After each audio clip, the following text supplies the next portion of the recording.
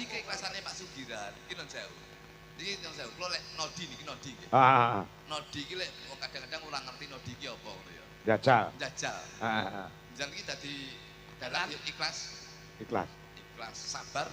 Sabar. Sabar sakniki kulo tekon. Heeh. Jenengan umpama mlaku teng gang Nggih. ning kono nek dhuwit 100.000. Niku sampean cukup nomor. Tak cukup. Sampean pendet. Tak cukup. Berarti sampean ki nun sewu. Kadang-kadang sampean itu masih mempunyai rasa bahwasanya itu bukan hak jenengan tapi tetap jenengan cukup. Nek ngono ora tak cukup. Iya to Mas. Sik to, kata-kata sing kula cekel kata pertama mau. Dan cukup mboten. Tak cukup no. Tak cukup. Lah iki salah. Loh, maksudnya diambil itu diberikan kepada orang yang tidak mampu kan garis besarnya dicukup ora? Dipendet. Nah, wis mek kuwi tok. Wis mek kuwi tok. Ning gang nek dhuwit 100.000 jan cukup mboten. Tak cukup. Nah, wis titik. Berarti intinya Mas Kangko? Berarti non sewu sik gelem cukup duduk duweke. Loh. Lah tapi kan tujuannya beda. Tapi kan duduk duweke. Lah saiki nek sampean tekono Mas. Ayo. Lah saiki nek kowe Pripun? mlaku liwat gang. Nggih.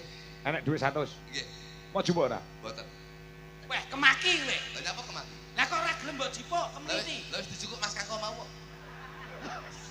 Lah kuwi wis cukup apa? Dhewe mek 100 tok. Cok. Kowe ra isi-isi aku.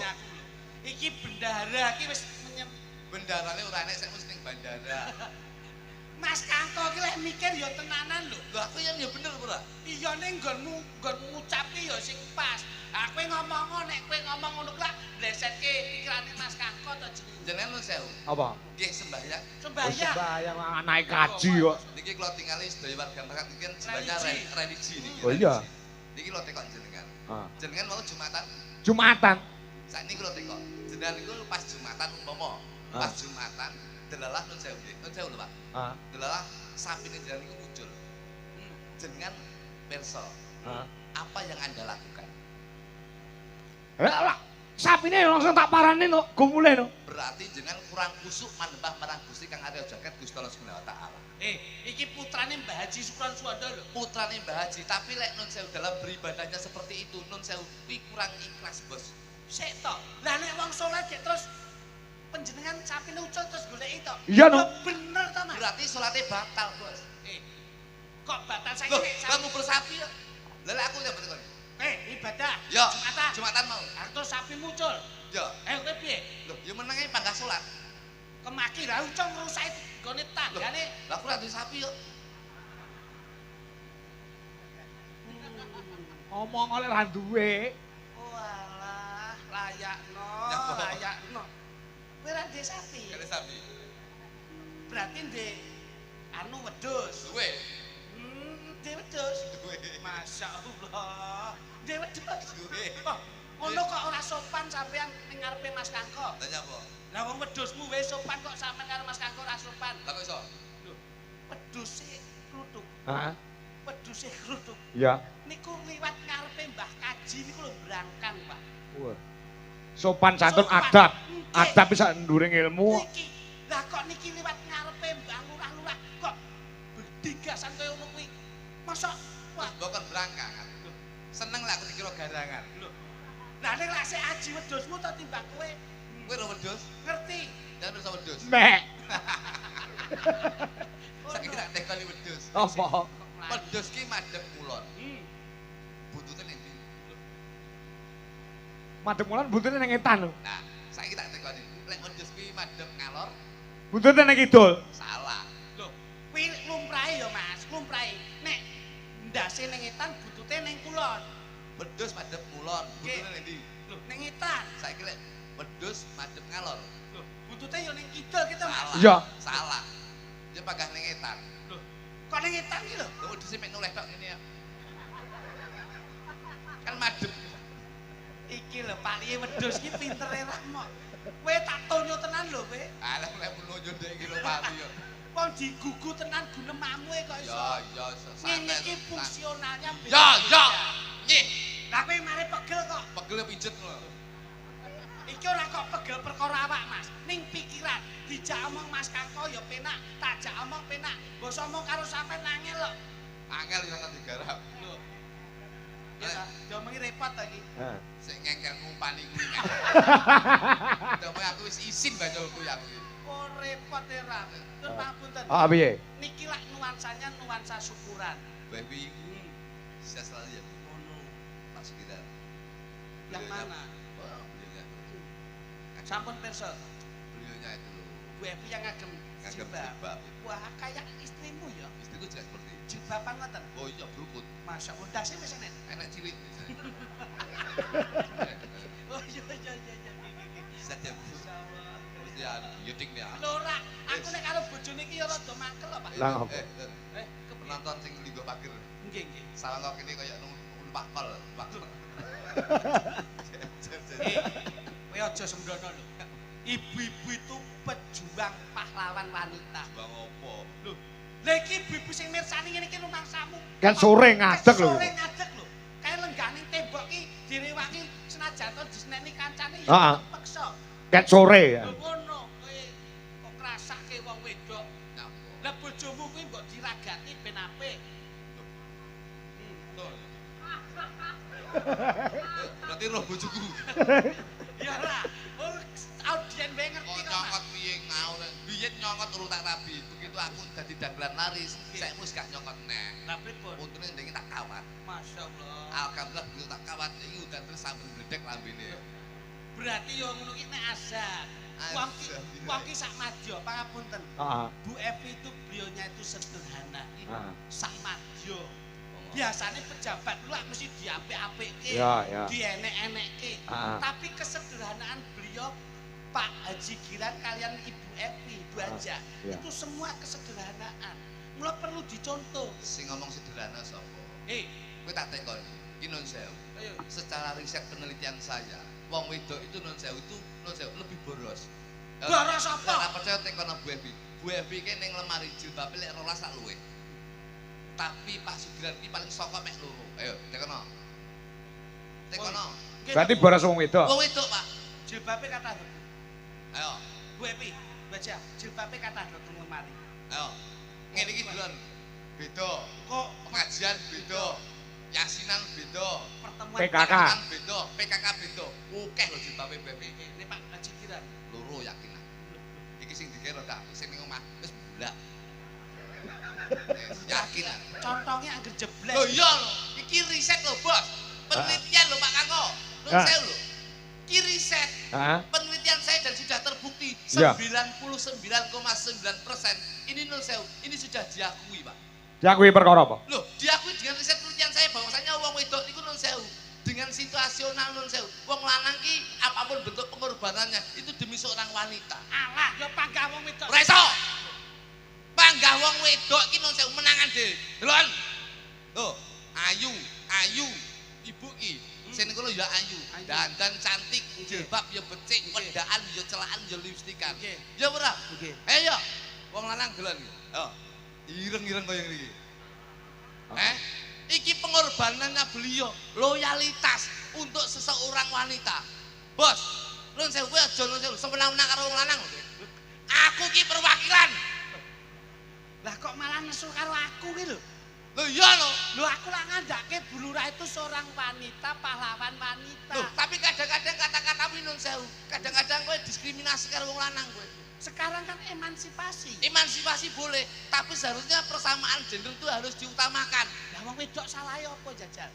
Loh, dandan ayu-ayu. Matamu dandan ayu nggih bojone kok iso. Sing ngomong sapa?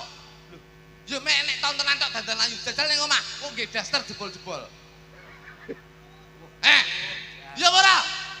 ewang ngono to Mas? Lah kenyataane yo ngono, bojoku lek gelem macak yo ning ngarepe wong kok. Ya ora? Ya lek pas tanggapan tok dandan ayu. Dek iki live TikTok lho, nggih daster kok klewer ya. Harkat martabat kaum Ora wanita. iso. Kamu jajah. Loh, tidak menjajah, Bos. Saya berbicara realita ini. Ngene iki melek sewengi utuh. Perjuangane kanggo sapa? Kanggo keluarga. Sing ngomong Nggih sapa? gedhekke anak, nggih minterke anak. Sing ngomong sapa? Loh, Iki lho paling dienggo tuku skincare dhewe. Lho.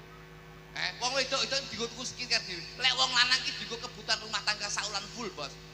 Loh, delokan kowe ra roh pepatah utawa pantun kowe. apa?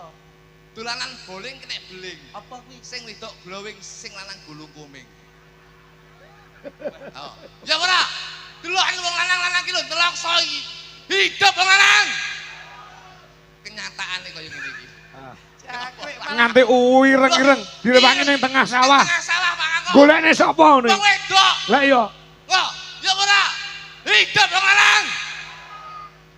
wong wedok-wedok ki nek ora percaya karo wong wedok, ngopo bulurah nggon kayen lor kok ya wedok. Mergo seorang wanita itu adalah nuwun sewu. Hei. Wah. Nek Tapi kalau tidak didahului wong lanang Pak Sugiran, ngopo? ora mungkin biar tidak dilurah. Tapi kowe kudu ngerti bahwa seorang wanita itu sudah nun pangapunten. Apa? Arep ngaji ning diwe iku mesti ana unen-unen surga ada di telapak kaki ibu. Tapuk lambemu lho. Apa? Kowe lek surga di telapak kakimu berarti wong lanang iki sikile neraka. Tak jejeg cengelmu lho kowe kok. Sik to, Pak. Aja guyu-guyu to, Pak. Aku ora melu-melu. Ayo. Iki aku Ayo. iki yo rada-rada miris. Bahaya lho kata-katamu iki. Berarti lek wong nun sewu, dunia itu paradok. Enek awan, enek bengi, enek isuk, enek sore, enek dhuwur, enek ngisor. Lek di telapak kaki ibu surga, berarti telapak wong lanang ki neraka. Tak jejeki kowe. Lah sing ora sampean. Lho tapi kata-katamu aja ngono. Lho, ning aku tetep belani ibu. Ora iso. Kowe arep ngoyo bojomu sedina 50.000, sedina 100.000, ndase mumet, Mas. Mumete nyapa? Ibu-ibu dhewe bojone 50.000 kon dadekne manggina ora kemeng sirahe, Maksudnya piye? Iki 50.000 kon dadekne manggina nganti mekare rong kecakup. Utang Utang mekar. bang titil ra kan. Utang mekar ditagih wong wedok delik sing ngadepi wong lanang, sing nyaur wong lanang. Apa wong wedok? Ya ora. Ditagih bang lho wong wedok delik sing bayar wong lanang. Ngengkel kowe. Hidup wong lanang. Hidup lanang. Ya krek lanangan tok ini kene. Bosok kowe. Wedoke ra enek sing ngewangi kok. Ben bosok kowe. Anu kene hidup wedok. Hidup wedok. Iki mek telu tok Itu hableset iki. Ayo le. Biarpun saya tetap non sewu. Ibu-ibu tidak mau berontak karena wong wedok ki sarwa ngalah. Ngapa ngalah? Isuk wis tangi isah-isah. Nggih to Mas Kakok. Sik neruske olah-olah. Njur sik nyepake seragame anake sekolah. Betul. Awan ditinggal ning sawah. Arepe kondur awake ya sik saya. Agek mlumah ki lho. Sing lanang ki ya clintisan grayah-grayah. Lanangan-lanang ki piye jajal ngono kuwi? Wong lanang ki ngewehi kaya ning wong wedok, berarti tanggung jawab wong wedok itu juga harus melayani jasmani maupun rohani. Ha terus, Balik wong wedok ra gelem digreh-greh, wong lanang tuku apa piye? 150.000 lho. Jos. Heeh, sak bire kuwi. Ya kowe, tak tuku apa piye? kowe muni 150 jos iki lurah-lurah seneng ta iki? Ayo. Iya nek lak menyakiti hati seorang wanita, Mas. Balik ra gelem disakiti yo layanono. Kowe rayayan, Mas. Aku nek muni ngono dorakal lho sampean. Ya apa? Biyen ra ngelingi to, iso dadi rung, iso dadi lambe, iso dadi mata, iso dadi tangan, iso dadi sikil sak randuning badan. Sing mukir sapa? Wong lanang. Sing meteng sapa? Wong wedok. Kene kok semena-mena karo Lek wedok. ra ditukoni vitamin wong lanang, lek ra diterning bidan, seneng lek anakmu lair nek stunting. Terus Lah nek lak mesake wong wedok, Mas. Tekok ibu-ibu kuwi. yo, Toh nyawa, toh pati. si omong sapa? Meteng gembel konang jabang bayi. 9 bulan 10 dina ya, Mbak. Lorone kaya ngono, Mas. Lho wong meteng mek arek nemah-nemah ngene. Sing kerja wong lanang, sing ngangel, Lah ngedeni ngetokke ya lara lho, Mas. sing bayari sapa? Wong lanang lho. Lah yo wis. Ora usah didene ya mlotot dhewe metu ya. Iki jane anak apa to, Mas? Kowe mbiyen iki kok hidup wong wedok, hidup wong lanang. Nun sewu. Yo, Isamu sehat biyen mimik susune sinten? Ibu. Ya gini kok kowe ora ngelingi ibu. Ibu ki susune mek loro lho. Lek akeh kaya susu kirik matamu. Rengkil. Dadi wong wedok ya loro. Wis Surono. Nyusoni sampean kuwi ya ikhlas lho. Tanggung jawab kok. Lho, iya ning paling ora lek ya ngerti to. Kok dadak hidup wong lanang. Wong wedok ki ya duwe tanggung jawab. Nyawa. Tanpa ada seorang wanita kok kowe muni hidup wong lanang, kamangka sing iso menghidupkan wong lanang ki wong wedok-wedok lho. Siamo sapa? Lho. Kudune lak hidup wong wedok. Nyawa. Lah sing menghidupkan tekmu sapa nek Sing ngomong sapa? Tek kono lho wong-wong lanang-lanang. Kok jam 5 isu hidup dhewe. Iya. Iya. Kadang-kadang wis inceng-inceng. Selintisan iki omonganmu ki nyengsarane atine wong wedok, Mas. Lho ora yo salahne. Mbok yo paling ora ki seorang wanita ini kita angkat. Ngene, lha iki tak angkat, bojoku tak angkat iki. Pirang meter? Ngene Bos, bahasa iki ngene. Kita tidak adu argumen, Terus tapi kadang-kadang kita itu yen iso wong lanang wong wedok ki aja rebut bener ning rebut salah. sing mbok maksud Persamaan gender derajate wong wedok wong lanang saking padha wae. Oh iya. Wong lanang ya aja sia-sia karo wong wedok ya harus menghormati wong nah yo lanang. ngono lah aku seneng nek Nek wis wong lanang karo wong wedok iki bersatu, Nah, kuwi lho. insyaallah akan menuju keluarga yang sakinah mawaddah warahmah. ora kudu sing lanang ning dhuwur, Wong wedok ya ora kudu ning dhuwur. ning sor. Ning ngisor ya ora masalah. Dadi wong wedok iki ning dhuwur, wong lanang ning dhuwur, wong wedok sing ning ngisor. Kadang ya wong wedok ning dhuwur. Kadang wong lanang sing ning ngisor tegese wong ki luwih becik nyun pangapura tinimbang ndak ngowahi pangapura. Ngono lho, Bos.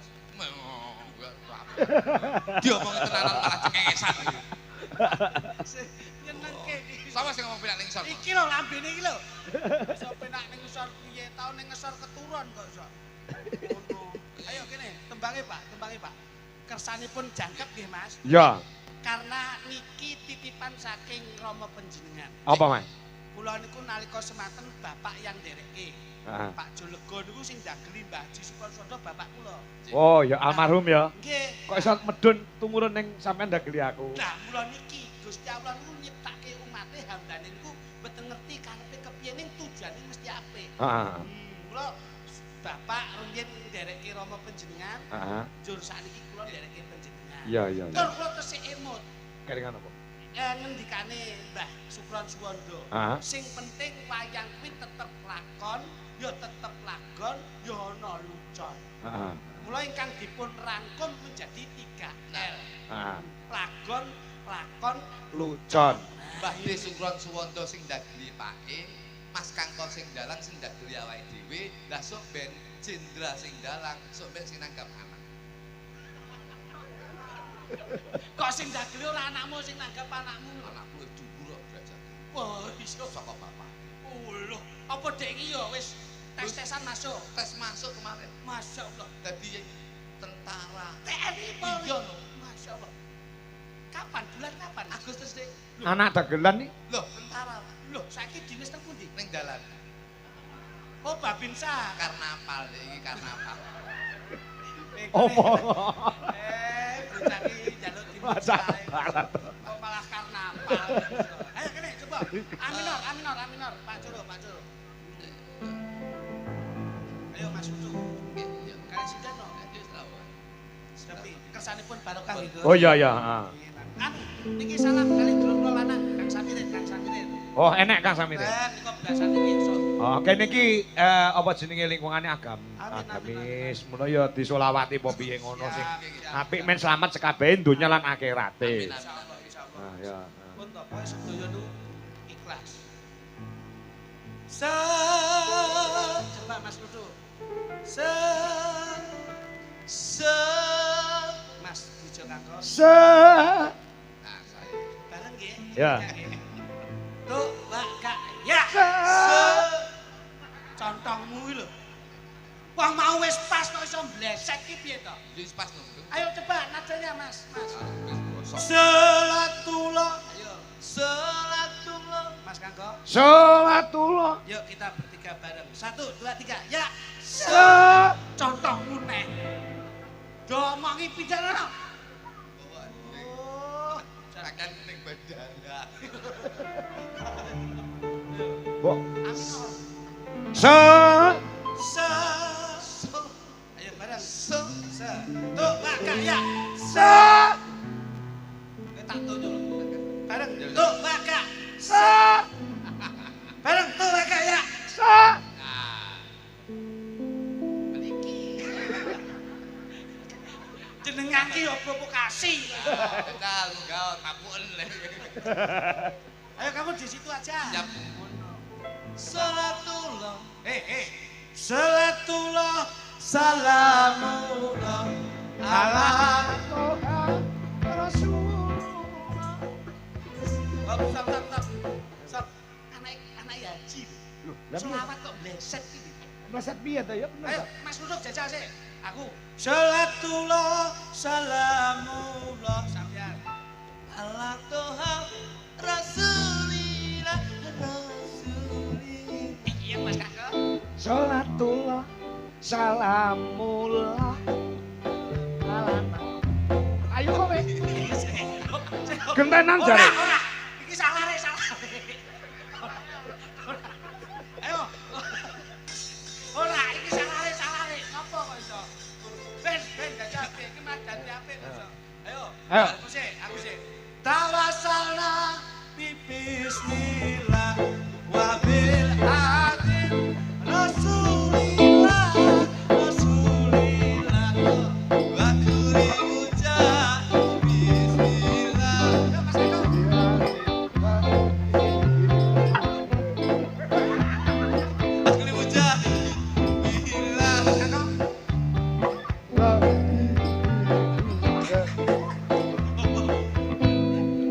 Lah kok lek tak benerke engko ora lucu. Oh, iya. Piye to iki?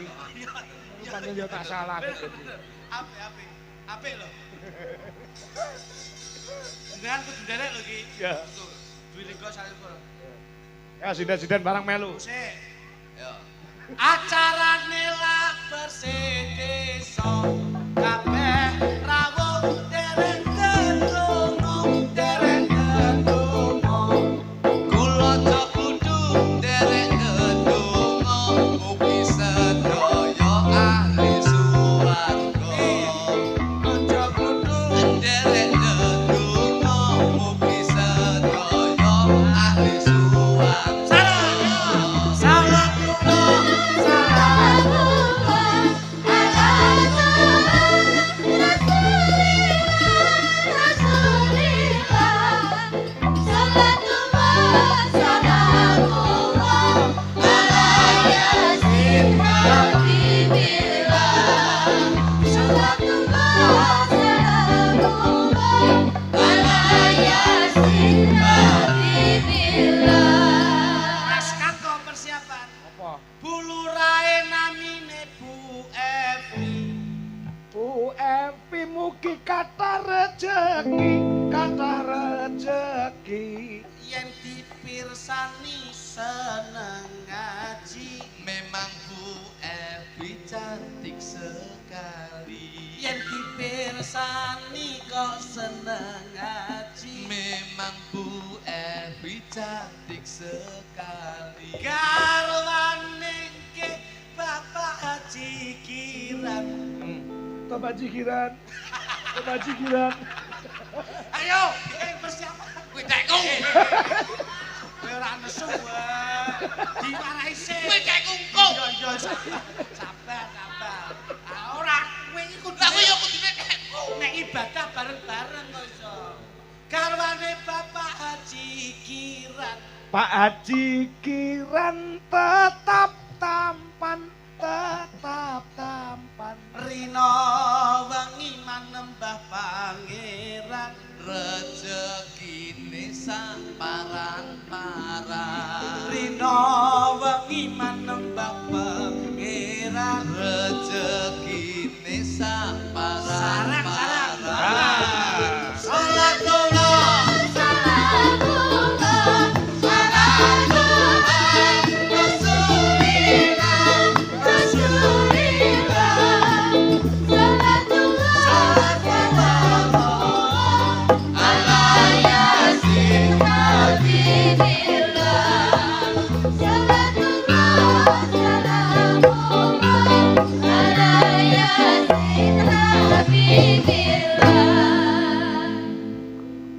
bersih songrang kepulang tahun Ulang tahun.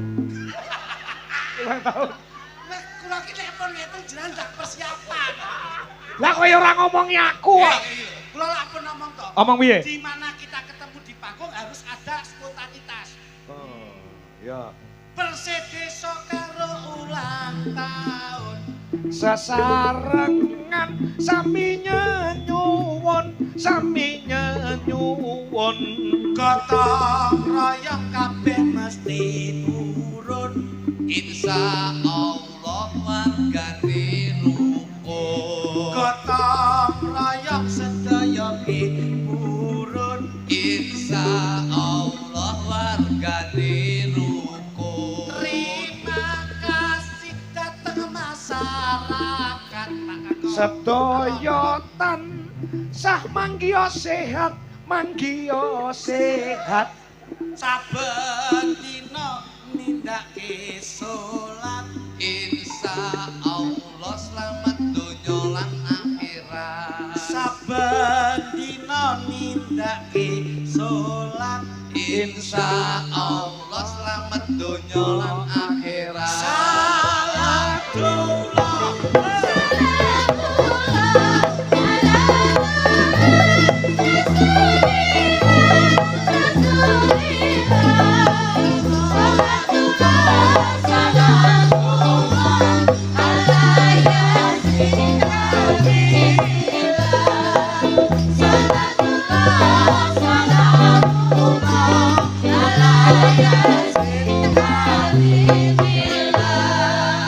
Matur nuwun sedaya panitia.